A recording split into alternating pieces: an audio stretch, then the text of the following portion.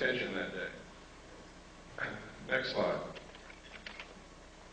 In this paragraph, they say the introduction to the initiating group is that this is a lunar-based planning group.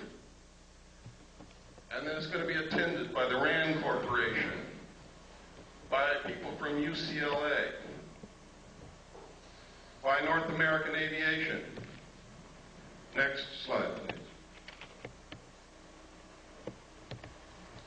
You can see that this colloquium took place between May 13, 1958 and April 25, 1959. Next slide. Next. Here's another contents of a separate section of the same document. The chemistry of the moon, chemical resources on the moon, power for a lunar colony, where to land on the moon, observations on Mars and Venus. It doesn't say observations of Mars and Venus.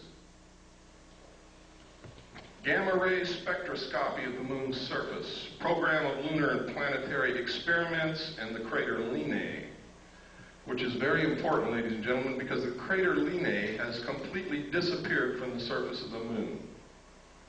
You cannot find it. It's as if bulldozers have covered it up. Next slide. But in 1958, in this document, there may have been someone on the moon at that time. Next slide. Are orbiting the moon who took these photos of the crater Linnae. What's so interesting in the crater Linnae? Why did they have that in their colloquium? Well, there's a couple of things. One is this right here. Look at the crater. See the crater? See where the shadow is? And see where the sun is? There's another crater. See where the shadow is and where the sun is? That means this is not a crater. This is something sticking straight up from the surface or coming out of the surface of the moon. The caption in the photograph said that this is gas escaping from the interior of the moon. But there's even something even more interesting, and that is in this crater there is a dome. And in this crater there is also a dome. These are both the same photograph taken with different filters. Next slide. Now, supposedly we had nothing up there in 1958-59 orbiting the moon, and there was nothing on Earth that could take a photograph like that from the Earth. This is the Tonopah area of Nevada. Tonopah Test Range is out in this area. Next. Down here you see Nellis Air Force Base. See again up here, Tonopah Test Range. Down in here is Mercury. Over here is Groom Lake. Next slide. This is the Tonopah Test Range with some revelations on it. Stealth fighter flight path, turn off to TTR, rocket on stand, radar road, large radar facilities, unmarked runway used by stealth fighters is here. We could go on and on, but we don't have the time. Next. This area is also the test range. Nellis Air. Over here it says Force Base. Gold Flat, you see over here is Tonopah. Right up here it says Saucer Mesa. See that? Saucer Mesa. I don't know if that means anything, but I think that's a hell of a coincidence in an area where they're testing flying saucers, that you've got a name on a map called Saucer Mesa. Next. This is a letter from a man who worked in, this is in my book, so I'm just going to brush over it lightly, who worked in Area 51 and saw the saucer fly. Next. That's just a lens cap for my camera. We cover up names to protect the identity of people so that they don't get hurt. But in here, he talks about seeing crates like Project Red Light. Project Red Light is the name of the project that I saw that flew the crashed alien discs and the technology that we had for flying saucers. He also talks about the fact that when a certain siren would go off, they were supposed to run into a building and they couldn't look out the windows. Or if they were caught outside, they all wore a little pouch on their belt that contained a black hood. They were to take the black hood out of the pouch, put it over their head, and lie down on their stomach on the ground and not move. Next. And he goes through, he talks about, he says he saw the pilots, they were human, and they were just slightly larger than he was. Next. And next. This is a photograph of one of the craft flying above Area 51 in Nevada. Next. This is a photograph of some craft. I forgot where this was taken. It was not in Nevada, but this symbol, some people say that this symbol belongs to a group of aliens called the UMO group.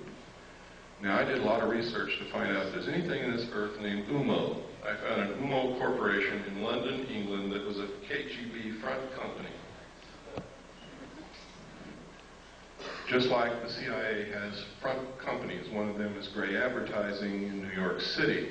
Belongs to the Central Intelligence Agency. They are the ones who paid the expense checks for UFO Cover-Up Live. Next. This is a saucer developed and flown by the French. It is real. It flies. It's not a joke. Next. It's another view of the same saucer. You can see the hatch down here. This is significant. That is a watertight, airtight hatch. What kind of technology is that? Boy, you got me. It says here, it says 3 135 horsepower engines would supply the power. It doesn't say that it did, and it doesn't say what kind of engines. Next.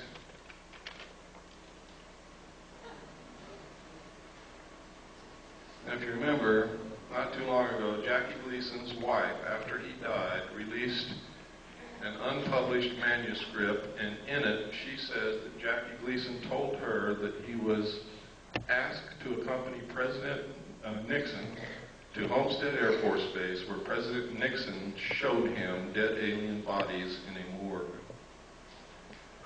Jackie Gleason was very much interested in UFOs and all of that kind of stuff, and he was a friend of President Nixon. Nobody knows if the story is true, but I don't think his wife has any reason to lie to us. Why would she want to discredit her dead husband with something ridiculous that wasn't true? Next. And that was the cover of this magazine, June 14th, 1955. Next. In which this story appeared. This was information leaked by a general, and he gave them a scoop. These are actual drawings of a United States Air Force flying saucer, tells how it worked, shows the air base of the future, and what is it? I'll be damned if it isn't an underground base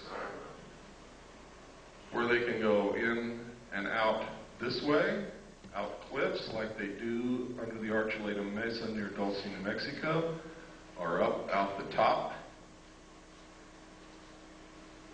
What a coincidence. Next.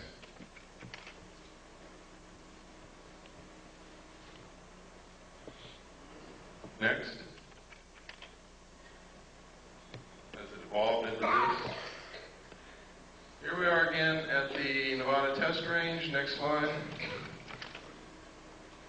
Now, this is Broom Dry Lake right here. Notice it says danger. Right up here is where the 29.5-mile marker is. Right up here somewhere is the little alien. Down here is Las Vegas. This highway goes up out of Las Vegas through Alamo to Ash Springs. Then you take this highway down here to the 29.5-mile marker, and you look directly at Groom Lake on any given night from dusk till dawn, and you will see them fly. You can take photographs of them. You can videotape them.